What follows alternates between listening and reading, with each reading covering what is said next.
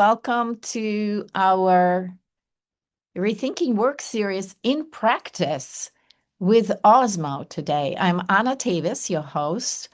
I chair Human Capital Management Department at NYU, and in just over a week, we're going to host on NYU campus NYU Coaching and Technology Summit 2026.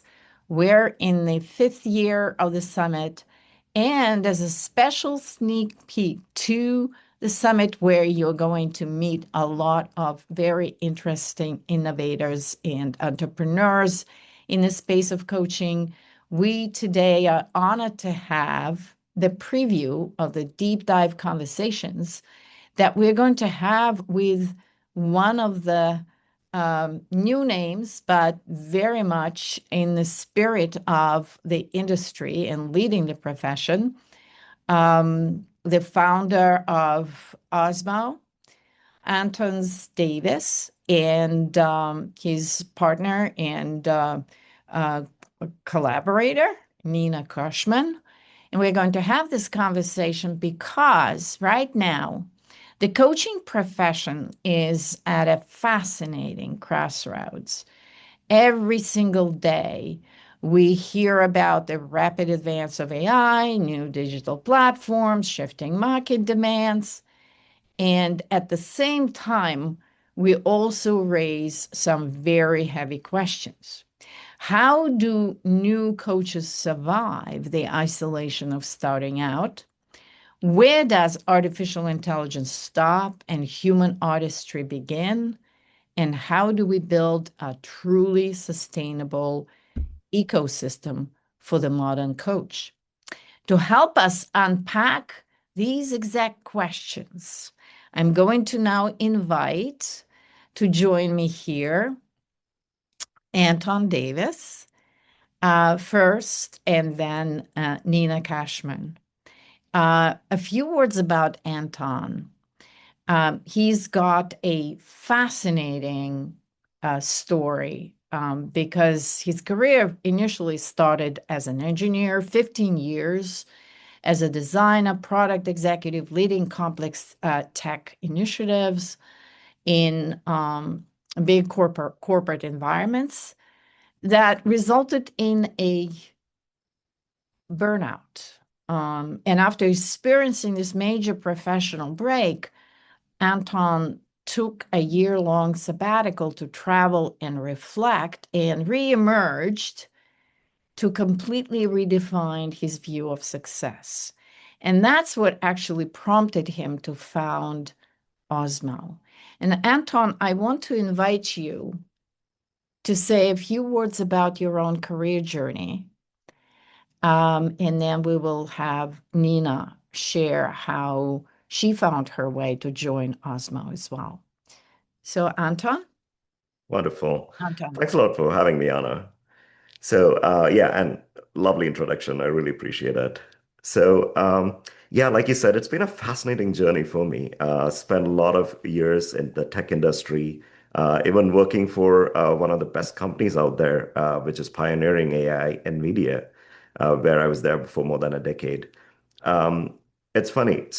I feel like a lot of people might experience this, which is the burnout that I experienced may not necessarily come from work burnout. It's more about this sort of a purpose, kind of lacking purpose kind of a thing, right?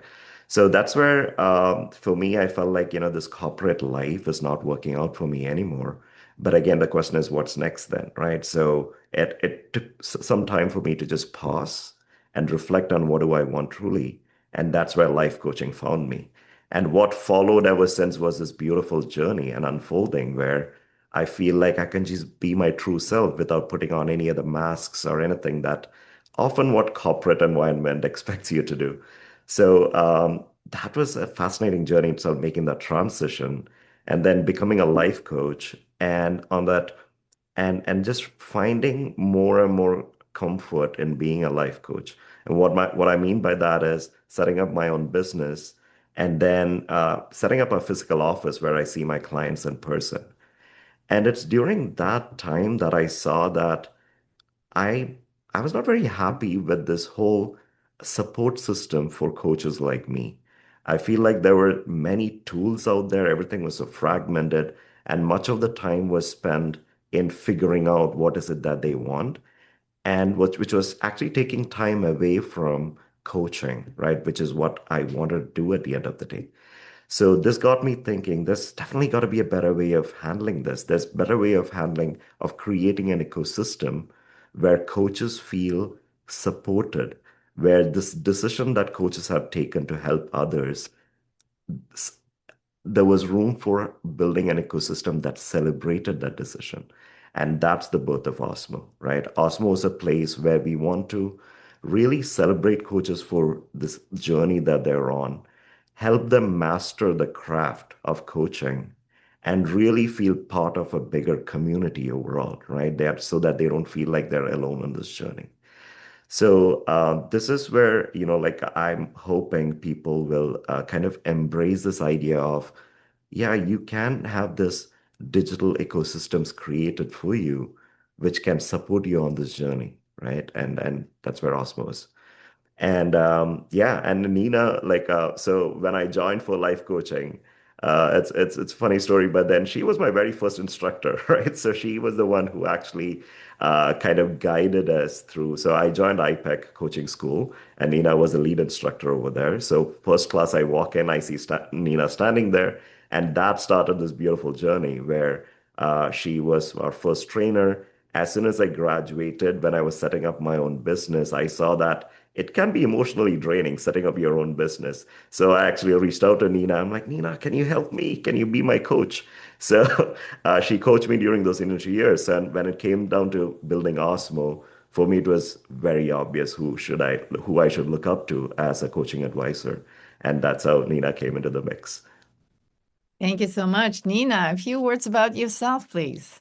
Yeah, I mean, we could all say so much, but I will pick up from where Anton's left off. I've been in practice since 2014 as an executive coach. I don't meet with people in person too much, although I do have a session today in person. I do a few in person. I do a lot on Zoom. Um, have done a lot in my past and the last several years over the phone as well.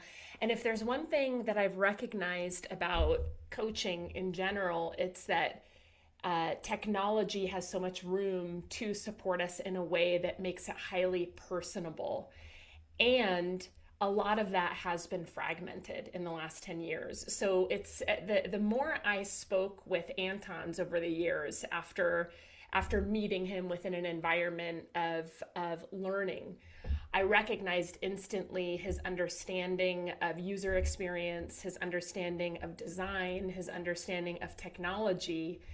And I always somehow had an intuition that at some point he could at least support me in some of the things I needed as an executive coach. Because the more clients you get, the more you realize that technology can really support you to take more on, or you can go down the path of sharing that load with lots of different people, but then you become more of a trainer within your practice as opposed to a practitioner. And many of us who are really passionate about coaching, we'd rather spend our time working within the capacity of coaching and not necessarily doling it out to everyone else. So technology actually plays such an important role, ironically, to help us be more in contact with people, whether that is through Zoom or through the phone, or you choose to get in person.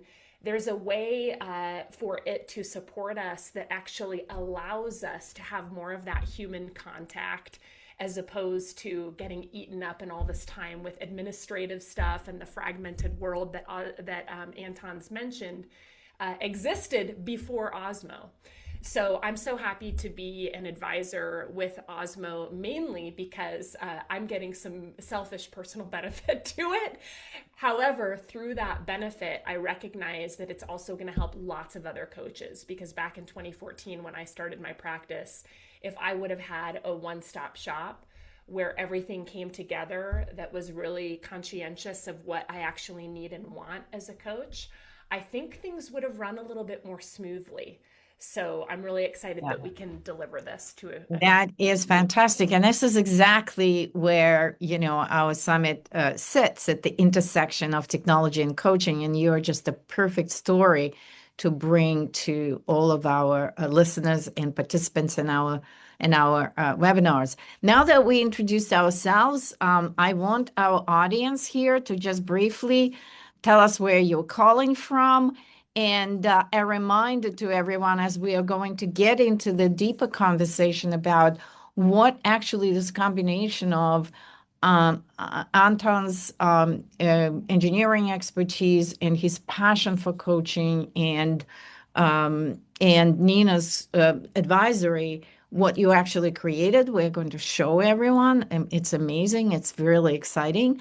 But I just want to remind everyone that all of the questions we're going to be able to answer live at the end. Please put them in the Q&A tab, not in the chat, but in the Q&A tab on your Zoom screen. So, and at this point, I want to ask one of our colleagues, Renee, to show a brief video as an introduction to Osmo, and we'll take it from there.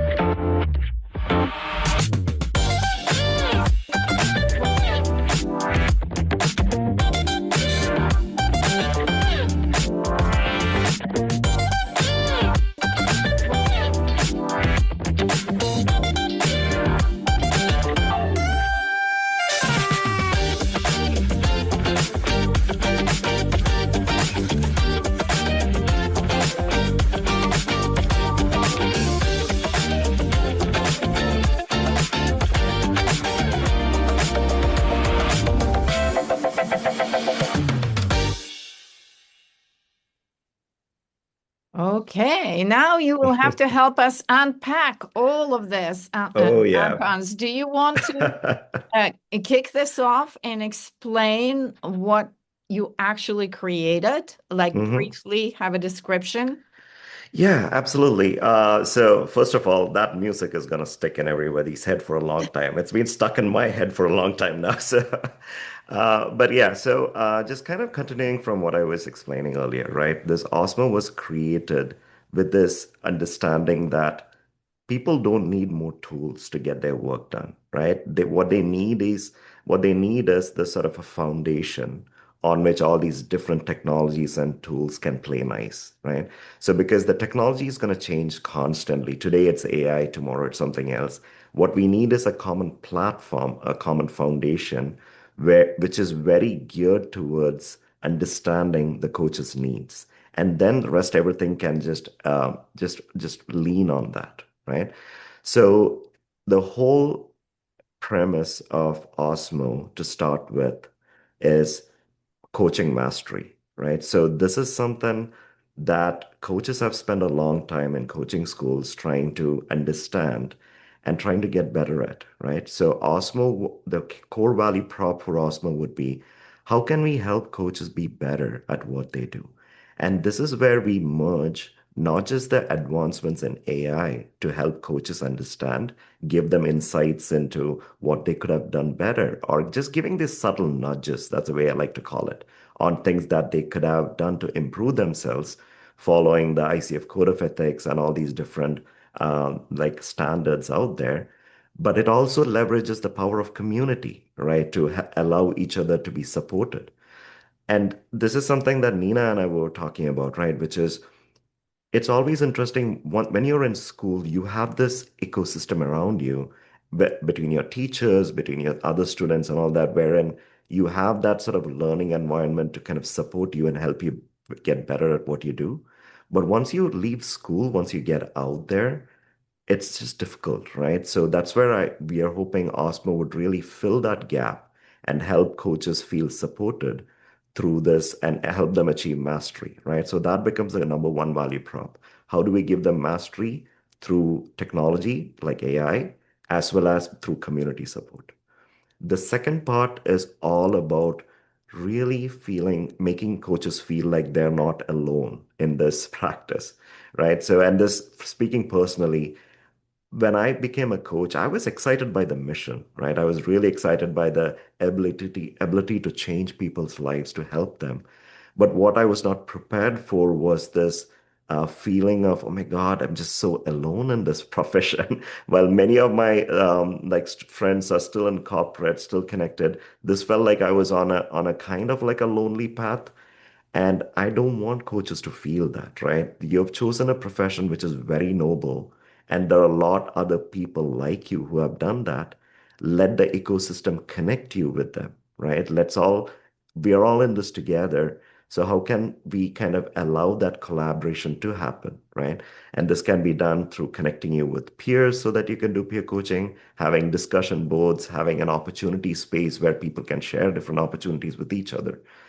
And that becomes almost like a second pillar for Osmo, which is how do we embrace this idea of community to support each other?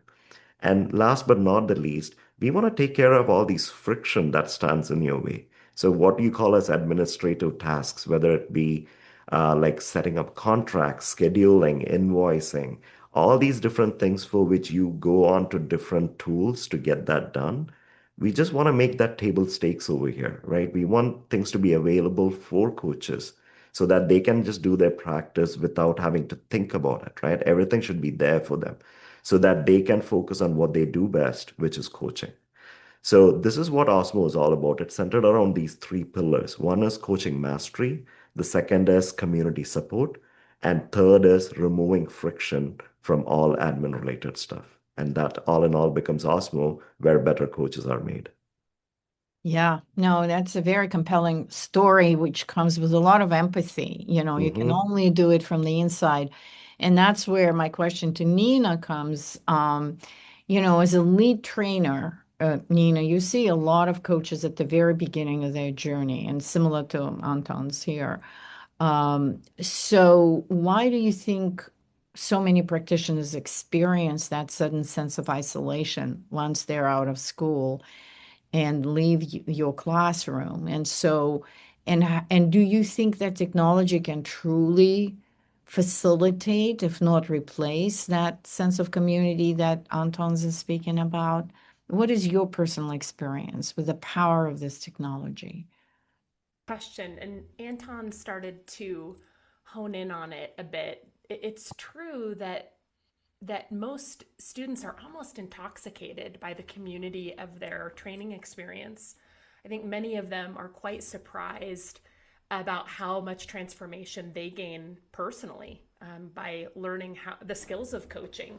They also have to get coached in that process. And so that is a very rewarding experience, and it tunes them into a community. The thing is, though, as we know, with any profession, there's almost an 80-20 rule. With any profession, where 20% of the people are doing 80% of the business. And I would say that coaching is not outside of this phenomenon that exists in our world. So, what that means for the 20% who make it is they have to start, or they want to start focusing on business building. When you focus on business building, what that requires is at some point kicking yourself out of the nest of your school, even though you stay in touch with that community and it's great, but at some point you got to get off of the student mindset. And of course you continue to learn always, but you're going to learn so much by being a practitioner and a business builder. If you want to make a career out of this where you're actually paying the bills and keeping the lights on, you got to start forming community in the business world. And this is what I love about Osmo, because Osmo now gives a new home base that offers, as Anton's mentioned, one of the pillars is community, where now you can start to establish contacts within the world of business. Because if you don't start establishing yourself in that world where you're actually doing the practical foundational things to build your business, then it's easy to stay on this lifelong track where you continue to invest in your learning, which is great, as long as you are also driving revenue for your business so you can continue to sustain yourself. If you don't do that, you'll become a part of the 80% who love coaching, wanted to coach, but maybe you end up going back to an old job or not really sticking with it as an entrepreneur. And what I love about Osmo, which really makes me super passionate about it, is as a solo practitioner, I really want to be a part of something that fuels that solopreneur, that fuels those people who have the courage to run their own practices, because you absolutely can be a part of that 20%. There's no reason why you can't, but it takes stick to itiveness, and I think also removal of friction points so you can focus on business building. And I think Osmo offers that quite well. Yeah, no, this is such a wonderful observation, and I think it relates to a lot of the transition pains Mm, that our coaches experience coming out of our programs as well. And I will be definitely looking into, how Osmo could be one of the supporting tools that help our students then become those absolutely. 20%, because they have all the skills, they have the personalities, they have Hmm. incredible credentials. And I think that's, again, Antons, as you said, we just saw a glimpse of how Osmo brings that together in this, technology environment. But when you were designing this platform, what was the specific pain point from your own burnout and coaching journey that you were determined to solve for the community? Like, were there any particular moments of truth that you wanted to capture and create the solutions that would support people going through that process? Yeah, absolutely, Anna. So before I get into that, there was a little bit I wanted to add to what just Nina mentioned. Oh, And absolutely, yeah, absolutely. so what Nina said was spot on, right? And especially with the 80-20 rule. What I want to add is if you compare, like, so when I graduated out of my bachelor's program or even my master's program, right? And I join a company, there's always that little bit of like a period where you're kind of learning the ropes, right? Where you often have a team lead who's there to guide you. And that becomes necessary because you come in with all these ideas. I want to like change things. But then there's the reality hit, right? And then you have to figure out what that reality is, get comfortable there, and then start to bring out everything as you, right? So that transition period, I feel is often missed. Like when people, when me included, when we graduate out of coaching school, because suddenly you're thrust into this world and then you're like kind of lost almost, right? You just don't know where to go, what to do. So, and getting that guidance from a professional community, not the same student school community, but getting guidance from that professional community is what helps us get on that path, right? So I just thought that example kind of really mirrors a lot of the struggles that students often have when they graduate, me included, right? But Amazing. now, yeah, coming back to your point, I think we kind of touched upon a lot of these, right? Because Osmo has been built. If you ask me what the single biggest motivator for that, it's my personal journey, right? It's my personal journey where I felt like I had to learn the ropes. I had to figure out everything when it comes to setting up the business, setting up different tools, setting up, and feeling, oh my God, I'm just feeling so disconnected from other people. Here I am sitting in office helping people during the sessions where I feel really proud for holding space for them. But after that, I'm like, how did I do? Was that any good? Right? And not have that absence of that feedback mechanism, it just it just makes you feel a little bit detached almost, right? So this purpose is what is actually helping me move forward, but this everything around it is I felt like was just pulling me down a little bit, and that's where I wished there was the support that I got, like, or if I had that, right? And of course, I found ways to either hire a coach or just be on top of whatever's happening out there. And coming from the tech sector, I always try to kind of look around for what's out there that really helps me as a coach, right? Something as simple as note taking, right? So nowadays people are kind of using Zoom Notes or Google Notes, which comes by default, right? And even that, right, you got to think about how much of that is actually serving the coach. Because what it does is it provides you a summary. It's not how the coach would have summarized it, it's giving you a summary, right? It's not the same. So, how do we come up with a system where coaches have control over the summary that's being generated. They can edit, make changes, make it theirs before sharing it with their client. So that is an example of how a need, you need to really kind of dissect it a little bit, try to understand from a coach's perspective, what is the intention behind doing this, and then design that, right? So that example suddenly then starts extending to other things like, how did I do, right? Okay. So if you would look at the 2024, there was a paper that got published which said AI could be really good at coach at evaluating coaching performances, right? So where, it can really look at what are these markers that you're hitting and all that kind of stuff. So I'm like, great, let's just lean into that, right? Let's lean into technology to help coaches be better at what they do. But not necessarily, I come from this land of AI is or any other new technology, it's all meant to augment the coaching practice, not necessarily replace them, right?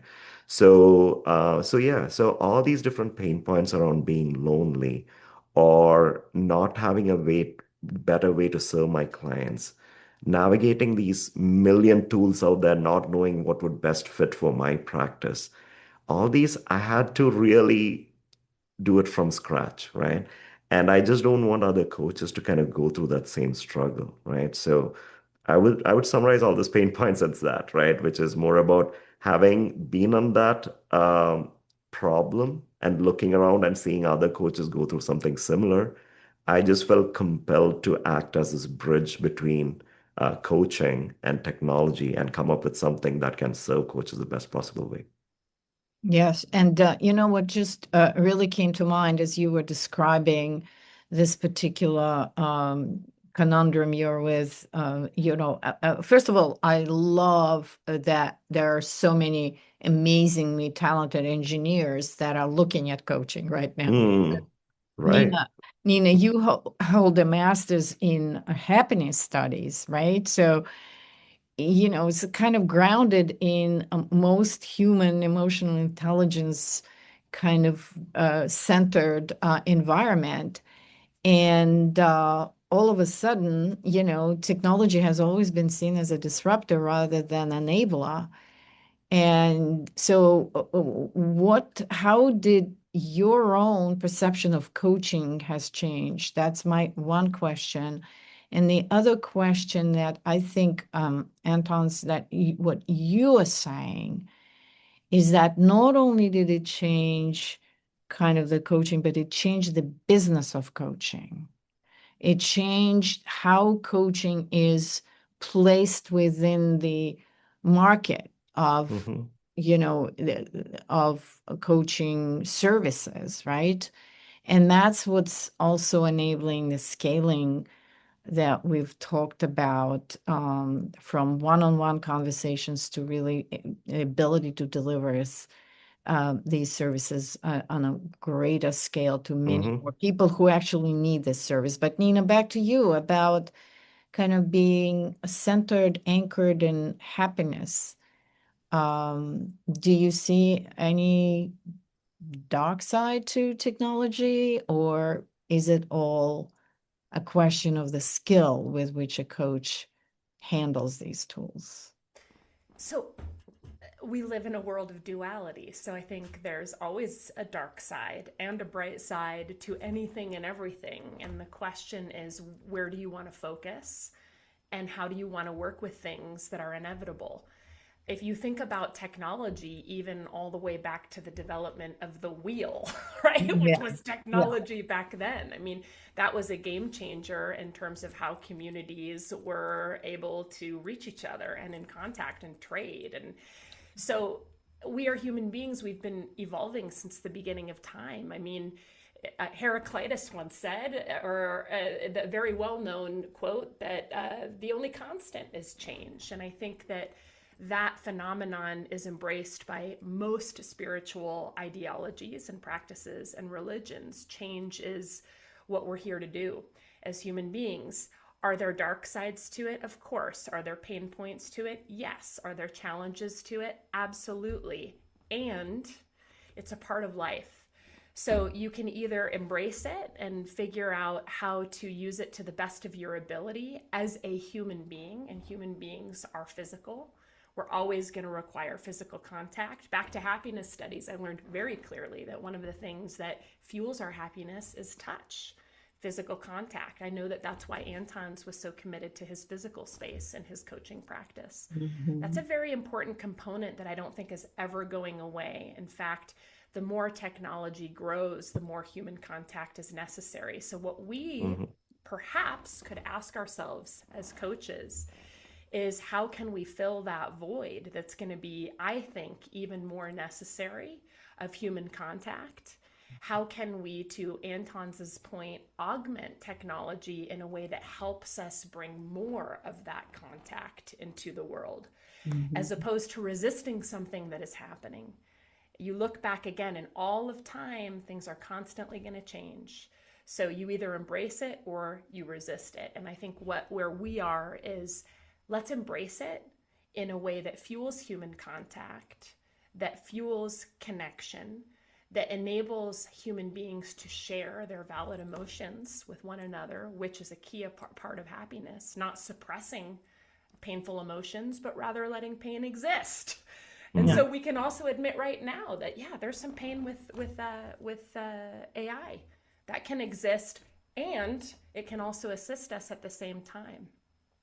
Yeah, I mean, these are such profound observations. And what I really love working at the intersection of technology coaching is how self-reflective coaches are about their adoption of these technologies.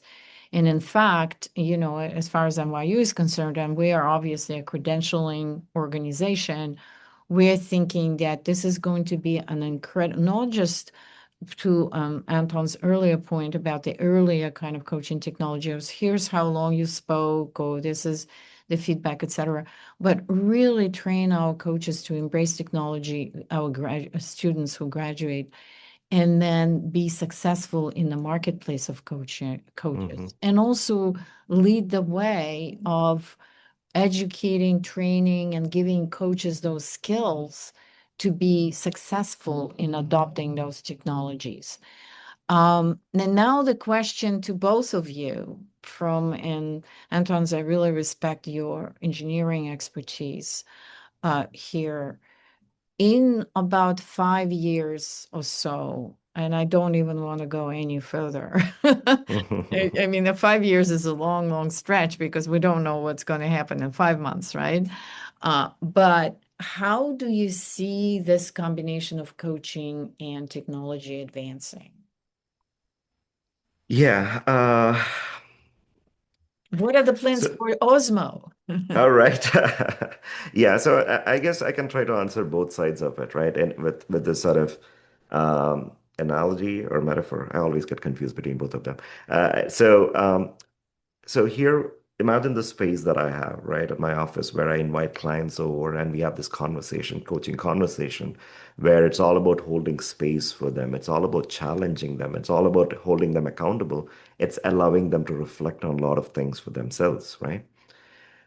That connection is going to be a constant, no matter how much technology changes. I feel like the technology will influence this whole room in a lot of ways, right? So there will be the AI stuff. Tomorrow there's going to be, guess what? Metaverse is going to come back in some form, right? At Yeah. a later point, right? So all these different technologies are going to change and new things are going to come up. And that's going to change, keep changing the room. But that constant, that human connection is going to be, it's going to be is going to stay like that. And as new coaches, even after 5 years or even 10 years later, I hope coaches always focus more on that part more and allow ecosystems to take responsibility for the other part, right? So whether it be Osmo, so you mentioned earlier, a lot of people from tech are now becoming coaches. That's amazing, right? I wish more technology comes in where now the focus is not building on yet another tool. Everybody starts approaching things as, how do we enhance this environment, right? How do we create a better ecosystem, right? So I think technology companies need to take that responsibility of defining the coaching ecosystem, making sure everything is ethical, all these different standards are being applied so that coaches can purely focus on that one-on-one connection, right? Whether it be in person or virtually whatsoever. And this, in fact, was kind of what's echoed by even by the Pope, right? So if you look at the encyclical published by the Pope, he talks about how no matter what technology comes in, that human connection, right? That the wisdom that comes through that human connection is cannot be replaced. And I completely agree with that, right? I feel like that's what makes us humans, and we technology should allow that to be preserved in a way, right? But make sure they define the room in a way that allows that connection to happen really seamlessly. And I think that would be the responsibility that ecosystems need to take. So to answer your question, in 5 years, I hope there will be more ecosystems built which really factors in the coach's mindset, the client's mindset, allows these connections to happen in a very organic way. And that's what I'm hoping Osmo will grow to as well. This right now, what you're seeing is just a starting point, but where it will grow is exactly building something like that. That's amazing. And we certainly want to support you on this journey. And Nina, do you have a reaction in 5 years from now? How do you see? Because you're coming from the coaching profession that has been given a gift. Let's look at it positively, right? A gift of this technology, a gift of talent that started flowing into the profession that usually was, kind of confined to a certain demographic or people of a certain spiritual orientation or supportive professions, etc. But now we see these as people, I think, are rethinking their careers, these turns and twists where we're seeing it in our program. People come from all walks of life to become coaches. Yeah. I think AI is actually giving us each, as coaches, quite an opportunity to differentiate ourselves and become more unique and to stand for something and to be original. That's what's really going to stand out in the next 5 years. If everyone's jumping on board to working with a bot as a coach, first of all, my sense is they're going to get fatigue from that. In the same way, even my middle school boys get fatigue, believe it or not, from playing video games for hours. At some point, you got to touch grass, right? And I think Anton's brought up a really good point, backed also by the Pope, and I would say most leaders. I mean, we are human beings and we require human connection. We have beating hearts. And yes, it's very intriguing at first to work with a machine that knows everything. That's intriguing at first. But I do think over time you begin to recognize that that's not human connection. Human connection feels a little bit different. And so there's a vast possibility for those who stick with it to continue to build our craft, to continue to stay passionate about what this is, which is all about human connection. Find your unique way of reaching people, because the reason people come to work with you is because of you. And the Mhm. more AI becomes popular, the more that right there is going to be very important. Who are you and what are you in particular bringing to the table? Because nothing can reinvent you.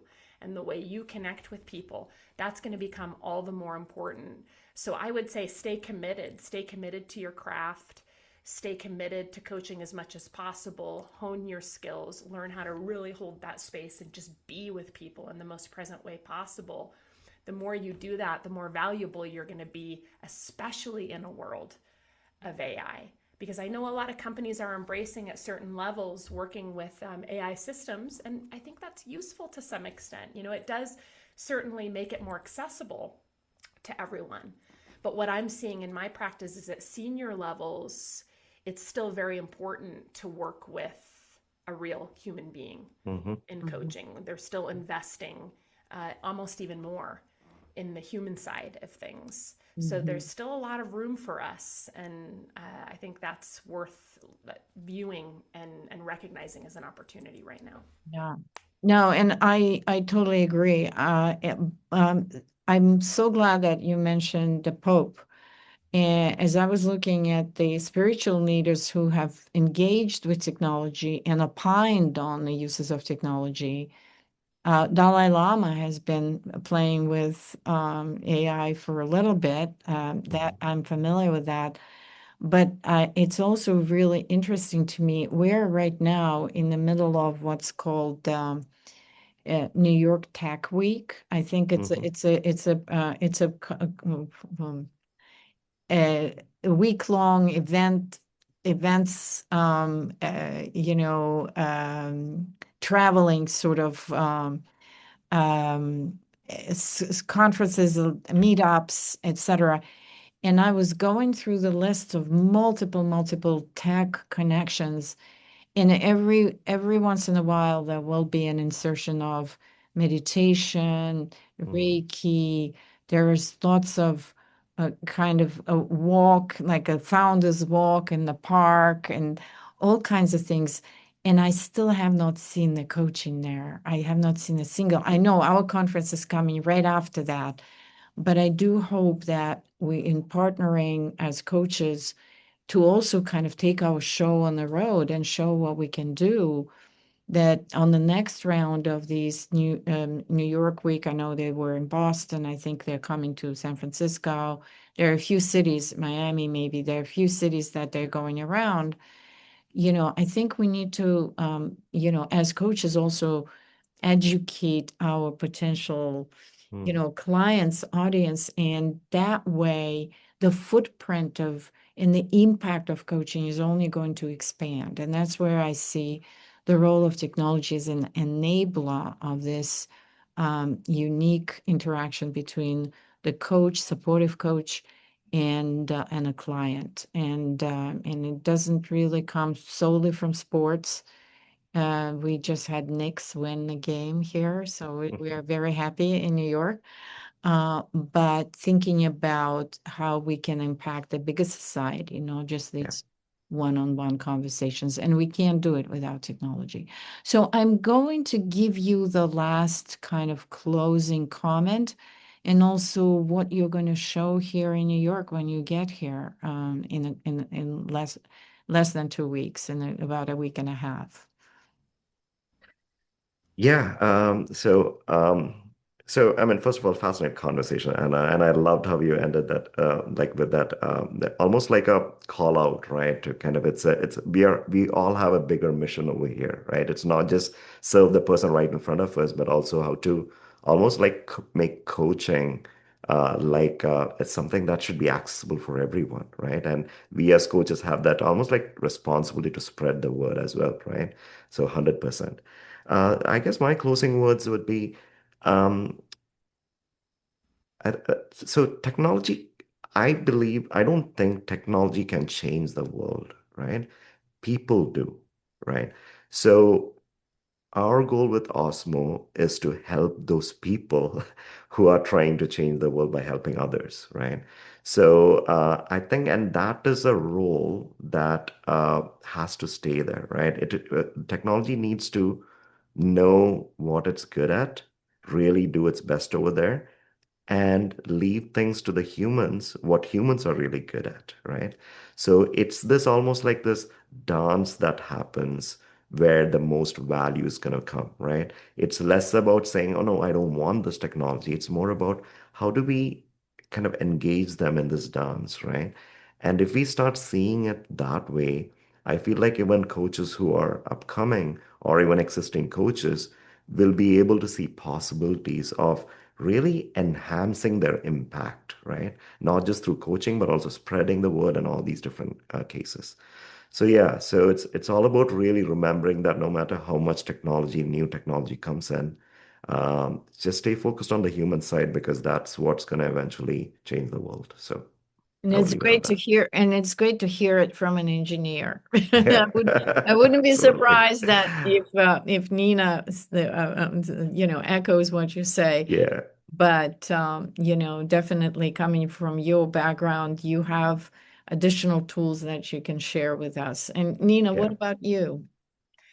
think the maybe the final comment is back to coaching being a human centric industry. That's the root of why we got involved. Most of us who are coaches are people persons. We care about people. We want to work with people. We love assisting people, watching them grow, being a part of that. And in order to maintain that, in order to continue to do that, you also got to recognize to keep the lights on, you got to keep the business going. That's an important component to maintaining your capability and to be a coach and your availability to other humans. That's a very key component. And so it's important once you get certified to also turn your attention to, I call it soulfulness. How are you going to fill your cup? How are you going to keep the lights on? Mm, How are you going to make sure that you are a thriving business so you can stay available to people? Well, one of the ways you do that is by turning your attention from signing up for another program and investing in another someone telling you what to do and how to build your business, and actually redirecting it to building your business and finding the tools and the platforms that are going to help you do that. And this is what makes me so excited about Osmo, is I truly believe that it helps you do that. It's a very practical way of helping to turn your attention towards the business of being a coach so you can do this in a sustainable manner forever. And if you do that, it's one of the most rewarding careers. Take it from me. I mean, there's been some ups and downs, but I have not looked back since 2014 becoming a coach. And I've found over the years that one of the things that have enabled me to stay in business is by making sure that that I'm taking care of the business. I'm taking care of business. Reminds me of a little song. So connecting with platforms that help you do that becomes important. Amazing, amazing. Thank you so much. Just a reminder to everyone that this will be posted on our YouTube channel. And we have just a couple of more announcements. We have one more Rethinking Work and Practice presentation coming up next week. But most importantly, we will be focused on our summit in New York, June 15th, 16th, where you can meet with Antons in person. And if you, for some reason, are not making the summit, he's still going to be here in New York. So reach out to him yeah, through LinkedIn and make an appointment and have a nice, soulful conversation. Thank you all so much. It was thank an you so much, amazing. Anna. It was great, wonderful, And and great discussion. Thanks for Yeah, the lovely discussion. questions. thank you. Thank you so much. Bye All bye. right, thank you very much. Have a nice day. Bye. Bye, everyone. Thank you.